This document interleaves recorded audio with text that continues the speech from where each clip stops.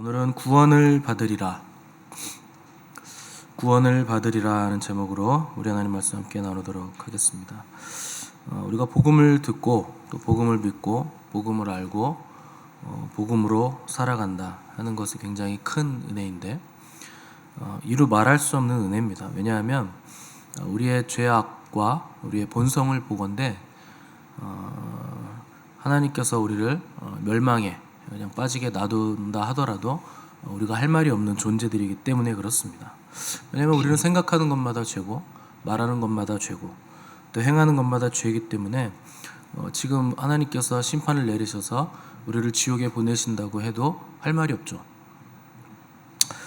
만약에 하나님이 많이 봐주셔서 그러면 내가 너희를 잠시 동안만 지옥에 보내겠다 하셔도 너무 큰 은혜입니다. 잠시 지옥에 갔다가 빼주신다고 해도 굉장히 큰 은혜예요. 그런데 하나님은 우리를 지옥에서 완전히 꺼내셔서 하나님 나라의 백성 삼아주시는 길을 내어주셨다 하는 것은 가히 우리가 말할 수 없는 너무나 큰 은혜를 받은 겁니다. 근데 이게 너무나 큰 은혜인데 우리는 너무 당연해서 이게 너무 익숙해서 이게 얼마나 큰가 얼마나 놀라운 은혜인가 하는 것을 우리는 깨닫지 못한다는 거죠.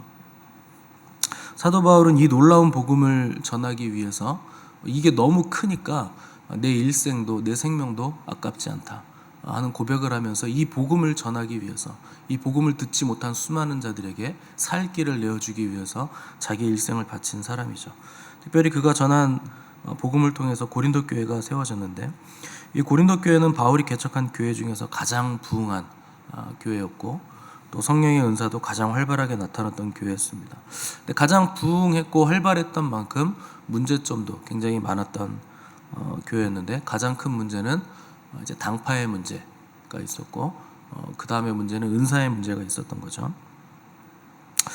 그래서 12장에서 14장까지 이제 당파 문제와 은사 문제까지 거론한 바울은 15장에 와서 오늘 읽은 본문에서는 다시 이제 복음으로 다시 돌아오게 됐습니다. 1절 보시면 형제들아 내가 너희에게 전한 복음을 너희에게 알게 하노니 이는 너희가 받은 것이요 또 그 가운데 선 것이라 이렇게 기록을 했습니다. 그러니까 바울이 고린도에 복음을 전한 게 2차 전도 여행 때인데 그때 1년 6개월 동안을 고린도에 머물면서 이 복음을 전했습니다. 당시 전도 여행의 패턴으로 보면 굉장히 이례적으로 오래 머문 거죠. 왜 거기 오래 머물렀는가? 고린도 지역이라는 곳이 이제 그리스 문화가 워낙 강력한 도시였기 때문에 뭐 철학이라든가 또 우상 숭배라든가 여러 가지 신들이 너무나 많잖아요. 그리스 로마 신화들 보시면 많은 우상 신들이 있고 또 그 우상 숭배와 맞물려서 음란한 문화가 성행했던 도시였기 때문에 이 지역 사람들에게는 단순히 복음을 전하기만 해서는 안 되고 지속적으로 가르칠 필요를 느꼈기 때문에 바울은 고린도에서 1년 6개월 동안 머물면서 복음을 전하는 거죠. 그가 전하고 가르치고 복음을 통해 고린도 교회가 세워졌다. 너희가 복음 안에서 섰다 하는 표현을 1절에서 하고 있는데 이 복음이 무슨 막연한 이론이거나 신화이거나 무슨 뜬구름 잡는 얘기가 아니라 너희들의 삶을 지탱하고 있는 실제적인 원리다. 너희들이 복음으로 지금 세워졌다 하는 것을 확인해주고 있는 거죠. 그래서 예수 그리스도의 복음은 뜬구름 잡는 얘기가 절대 아니고 그 복음이 실제적으로 우리 삶에서 역사하고 작동하고 또 우리에게 구원을 주는 하나님의 실제적인 능력이 된다 하는 것을 바울이 지금 단 한 구절로 표현을 해준 겁니다. 그래서 예수 그리스도의 복음은 그냥 많은 진리 가운데 하나 정도가 아닌 겁니다. 이 복음은 모든 진리 위에 뛰어난 가장 뛰어난 진리예요. 그래서 복음만이 구원을 주시는 하나님의 능력이 되는 것이지 다른 어떤 진리, 다른 어떤 것으로도 구원을 받을 수는 없습니다. 왜냐하면 예수 그리스도만이 우리의 죄를 대신해서 죽어주실 수 있는 유일한 분이시기 때문에 그래서 이 복음이 우리에게 구원을 준다. 그럼 구원을 주는 것이 왜 가장 뛰어난 진리인가? 성경이 말씀하는 바 믿음의 결국은 구원이기 때문에 그래요. 여러분이 구원받지 못하면 교회 다니는 거 아무 소용없는 겁니다. 무슨 봉사를 해도 헌금을 몇백억을 해도 상관없어요. 소용없어요.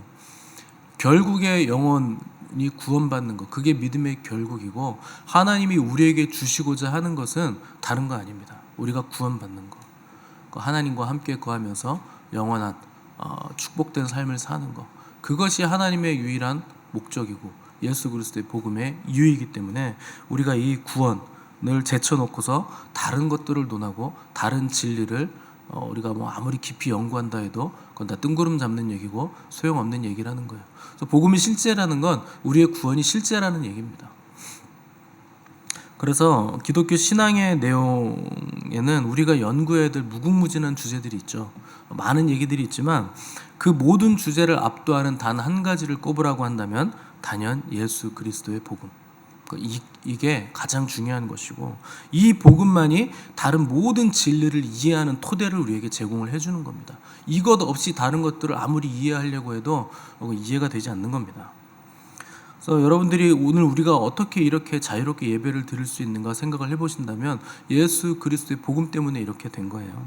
만약에 예수님이 우리 대신 죽어주지 않으셨다면, 그분이 이 땅에 오시지 않았다면 우리는 여전히 예배 드릴 때마다 짐승을 잡아서 끌고 와야 돼요. 그래서 그 짐승을 내가 칼로 각을 뜨고 내 죄를 그 짐승에게 옮겨가지고 내 죄 때문에 그 짐승이 대신 죽어야 되고, 굉장히 번잡한 일들을 계속 해야 됩니다. 근데 오늘날 우리가 예배 드릴 때 그렇게 안 드리죠. 왜냐하면 우리 주님께서 제물이 되셔서 우리 인류의 모든 죄, 과거부터 우리가 앞으로 지을 죄까지도 우리가 회개하기만 하면 그분이 다 죄를 가져가시고 우리는 자유롭게 하나님 앞에서 사랑받는 존재로 설 수 있게 됐기 때문에 오늘 우리가 자유롭게 편하게 이렇게 예배 드릴 수 있게 됐다는 거죠. 근데 이렇게 편한데 새벽이라고 해서 안 나오시는 분들이 계시다는 것이 참 미스테리하고 불가사의한 일이죠. 너무 편하니까 우리가 예배를 점점 등한시하게 된다는 겁니다. 원래 예배라는 건 구약에서는 희생 제사라 그랬어요. 제사라는 것이 예배인데 그 앞에 희생이라는 게 붙었다는 건 누군가 죽어야 된다는 거죠. 그래서 죄의 삭은 사망이라는 것이 하나님의 선포이고 성경의 선포이기 때문에 반드시 죄 때문에 누군가 죽어야 됩니다. 그래서 하나님께 드리는 제사는 희생 제사여야 되는 거죠. 근데 그 희생을 예수님이 당하셨다는 거예요. 그래서 우리가 다른 거 신경 쓰지 않고 그냥 하나님만 바라보면서 그분의 말씀을 우리가 사모하면서 우리가 예배 드릴 수 있게 됐다 하는 것이죠. 그러니까 이런 모든 예수 그리스도의 복음이 토대가 되지 않으면 우리가 어떻게 이렇게 자유하게 됐는지, 하나님께서 우리에게 주시려고 하는 게 뭔지, 이런 것들을 우리가 알 길이 없다는 거죠. 그래서 고린도 교회에 바울이 편지를 썼는데 가장 큰 문제는 이제 파당과 분열이라 그랬습니다. 그래서 그것에 대한 해법을 바울은 뭘로 제시를 하고 있는가? 예수 그리스도의 복음으로 제시를 하고 있는 거예요. 나는 너희들에게 다른 거 전한 적 없다. 오직 예수 그리스도와 십자가 외에는 나는 다른 말을 한 적이 없다. 그러니까 바울이 지금 그렇게 편지를 보내고 있는 겁니다. 그 전에 고린도에 가기 전에 아테네에서 복음을 전할 때는 바울이 그 그리스 사람들에 맞게 뛰어난 언변, 뭐 철학적인 언변, 논리 이런 것들을 가지고 복음을 전했는데 놀랍게도 아무런 열매도 맺지를 못했습니다. 그래서 바울이 깨달았던 거예요.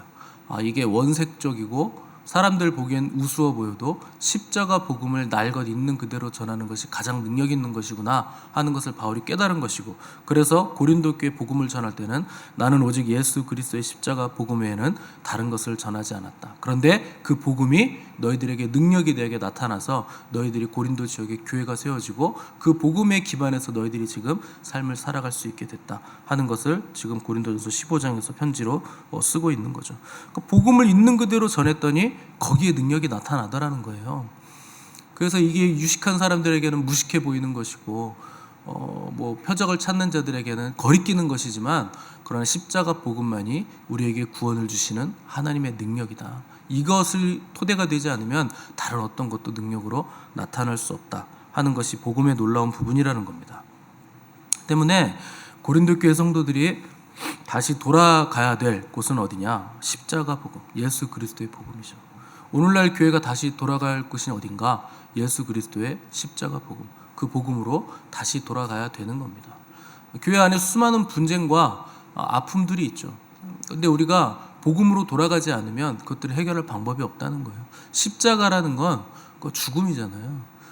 그래서 주님은 우리에게 나를 따라오려거든 다 자기 십자가를 지고 자기를 부인하고 나를 따라와라. 이 자기 부인과 자기 십자가를 지는 것에 회복이 있지 않으면 우리 안에 끝없는 전쟁은 멈추지가 않게 되는 겁니다. 그래서 그리스도의 십자가로 돌아가지 않으면 정리가 안 된다는 거죠. 그래서 복음을 전하는 일에 있어서 사도 바울만큼 탁월한 능력을 발휘한 사람이 없었는데요. 바울이 그렇게 탁월한 능력을 발휘할 수 있었던 이유는 뭐냐? 바울 개인의 역량이 아니라는 거예요.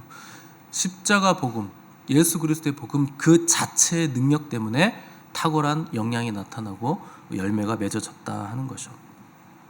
그래서 2절을 보시면 너희가 만일 내가 전한 그 말을 굳게 지키고 헛되이 믿지 아니하였으면 그로 말미암아 구원을 받으리라. 이렇게 기록을 했습니다. 여기 구원을 받으리라 하는 것은 현재형으로 쓰여져 있고 현재형이기 때문에 당연히 미래형까지도 포함을 하고 있는 겁니다.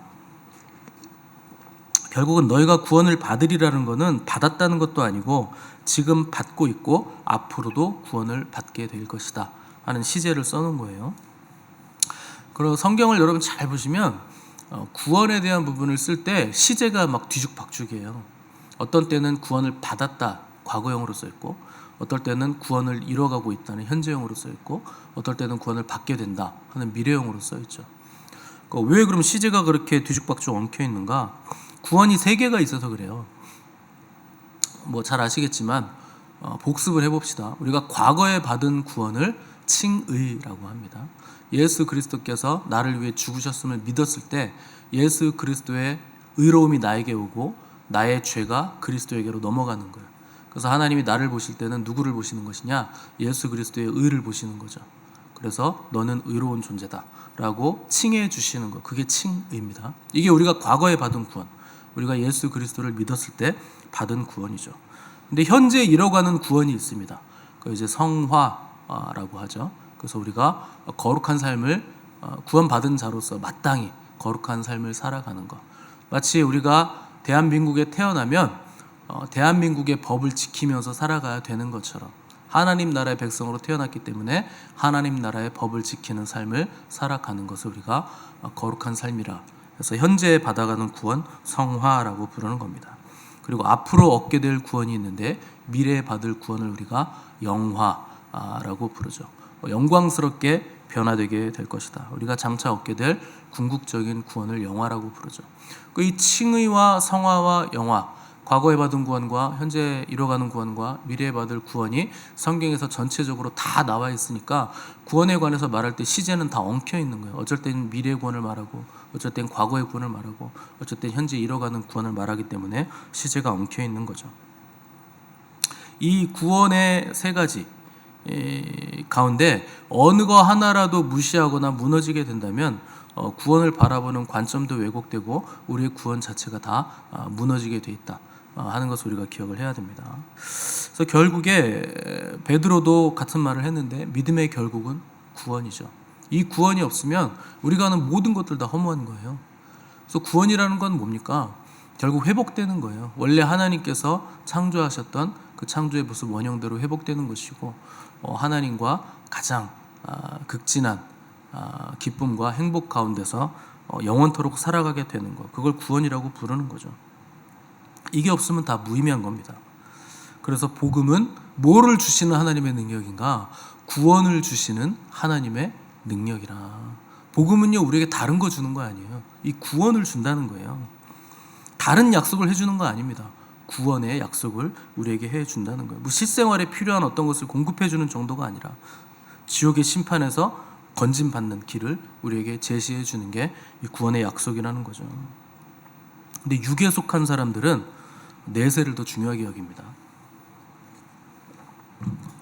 죄송해요. 현세를 더 중요하게 여깁니다. 근데 영에 속한 사람은 내세를 더 중요하게 여기죠. 그래서 육에 속한 사람은 복음을 받아들이면서도 현세를 더 중요하게 여기기 때문에 현재에서 내가 뭘 얻을까? 현재에서 내가 어떤 더 혜택을 더 받을까? 뭐 높이 올라갈까? 더 많이 가질까? 이런 것에 관심이 더 있기 때문에 육에 속한 사람은 복음을 받아들일 때도 육적으로 받아들이죠. 그래서 뭐 높이 올라가는 거, 승진하는 거, 성공하는 거, 돈을 많이 버는 거, 뭐 이런 거에 관심을 갖게 되죠.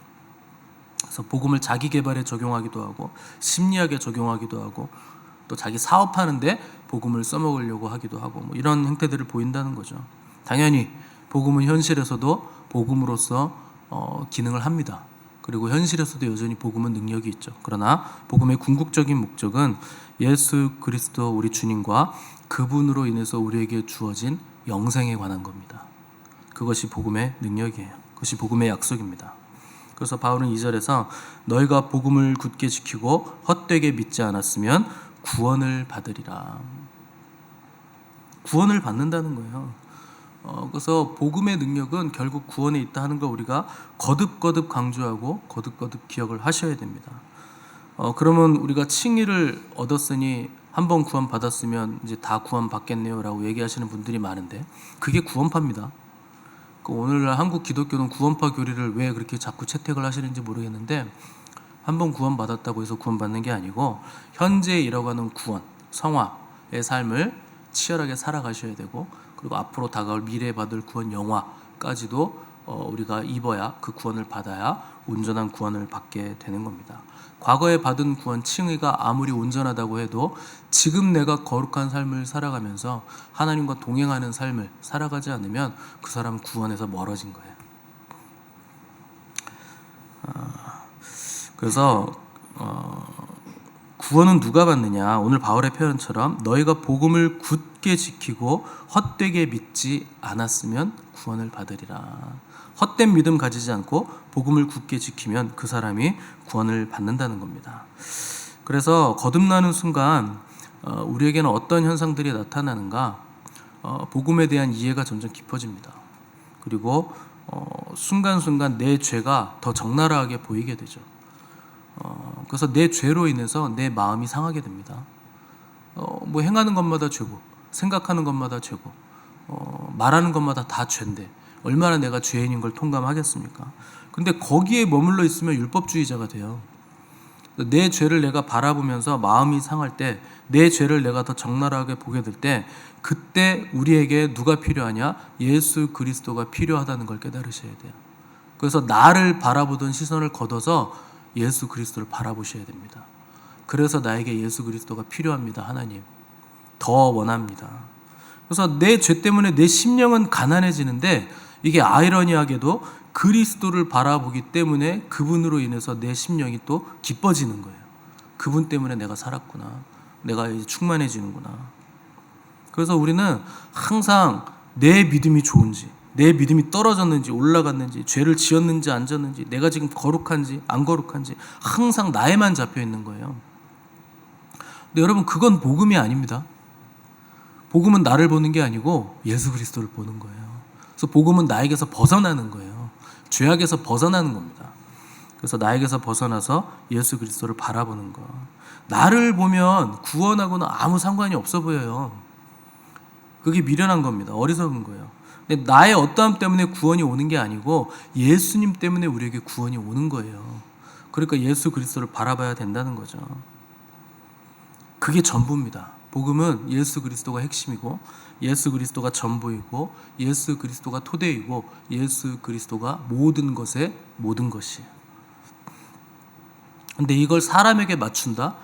그건 말이 안 되는 거죠. 그래서 복음을 물을 타면 안 되고 수준을 낮추면 안 되는 겁니다. 그냥 있는 그대로의 복음, 예수 그리스도의 복음 그대로의 복음을 우리가 알고 믿고 그 토대 위에 우리의 삶을 세워나가야 한다는 겁니다. 새해가 밝았는데 갈수록 세상은 어수선해질 겁니다. 더 어두워질 거예요. 점점 더 어두워지고 혼미해질 겁니다. 앞으로 다가올 시간들은 평안이 아니에요. 혼돈이고 혼란입니다. 왜냐하면 예수님이 성경에 이미 다 기록해 놓은 대로 가는 거예요. 세상이 좋아질 거라는 생각을 하지 마십시오. 그건 착각입니다. 과학기술이 발달하면 인류가 평화로워질 거라고 사람들이 믿었는데 웬걸요? 과학기술이 발달하면 발달할수록 무기가 더 발달해서 더 잔인한 전쟁들이 일어나고 테러들이 더 많이 일어나게 된다는 거죠. 인간의 죄악이, 인간의 그 죄성이 세상을 더 그렇게 어둡게 만들어 가는 겁니다. 근데 갈수록 더 그럴 거예요. 그러나 세상은 갈수록 안 좋아질 거지만 복음을 받아들이고 하나님의 자녀된 저와 여러분들은 갈수록 좋아질 겁니다. 세상은 흔들리고 진동하고 요동할 거예요. 그러나 우리는 요동하지 않고 진동치 않는 하나님의 나라를 받았기 때문에 우리의 삶은 갈수록 더 좋아지게 되는 겁니다. 근데 아직 복음을 듣지 못한 많은 분들이 있죠. 그래서 어둠이 짙어지면 사람들은 불안해해요. 그리고 어디로 가야 될지 알지 못하죠. 그래서 전염병이 도니까 사람들이 교회를 찾아오잖아요. 자기들도 아는 거예요. 불안한 거예요. 이제 세상이 마지막 때가 다 됐구나. 내 영혼을 어디에 의탁할지 모르겠다는 거죠. 그래서 하나님을 찾아서 나올 수밖에 없는 겁니다. 그때 여러분들이 해야 될 일이 있는 거죠. 우리는 어둠이 짙어질수록 일어나 빛을 발하는 하나님의 자녀들이 되어야 된다는 겁니다. 그래서 이제 일어나 빛을 발할 때입니다. 새해가 다가왔는데 이제 일어나 빛을 발할 때예요. 많은 사람들을 빛으로 우리가 인도해야 될 때입니다. 그들에게 영원한 지옥 심판에서 벗어나서 하나님이 주시는 구원을 누릴 수 있는 길을 우리가 제시를 해줘야 됩니다. 우리에게 복음의 빛이 있고 여호와의 영광이 우리 위에 임해져 있기 때문에 이 빛과 영광을 가진 자들로서 일어나 빛을 발하는 영광의 통로들이요 영광의 운반자로 서시는 복된 인생들이 되시기를 간절히 바랍니다. 함께 기도하겠습니다.